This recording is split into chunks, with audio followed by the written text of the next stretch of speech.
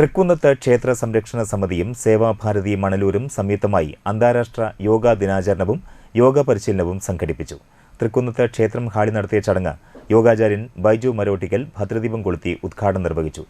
Ranjith മുടവങ്ങാട്ടിൽ, Seva Bharati Manalur secretary Suryanarayanan എന്നിവർ സംസാരിച്ചു. 2015 മുതൽ ഐക്യരാഷ്ട്രസഭ അത് അന്താരാഷ്ട്ര യോഗ ദിനമായിട്ട് ജൂൺ 21 തെരഞ്ഞെടുക്കുകയും അതിനുശേഷം നമ്മുടെ കഴിഞ്ഞ 11ാമത്തെ അന്താരാഷ്ട്ര യോഗ ദിനമാണ് നമ്മൾ ആചരിച്ചത്.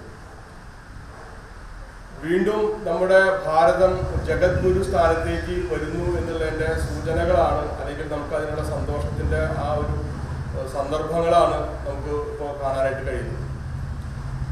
ഭാരതം ഒരുപാട് നന്മകൾ ലോകത്തിന് നൽകിയതിൽ ഏറ്റവും പ്രധാനപ്പെട്ട എന്ന് വേണമെങ്കിൽ നമുക്ക് അല്ലെങ്കിൽ പറയാം യോഗ.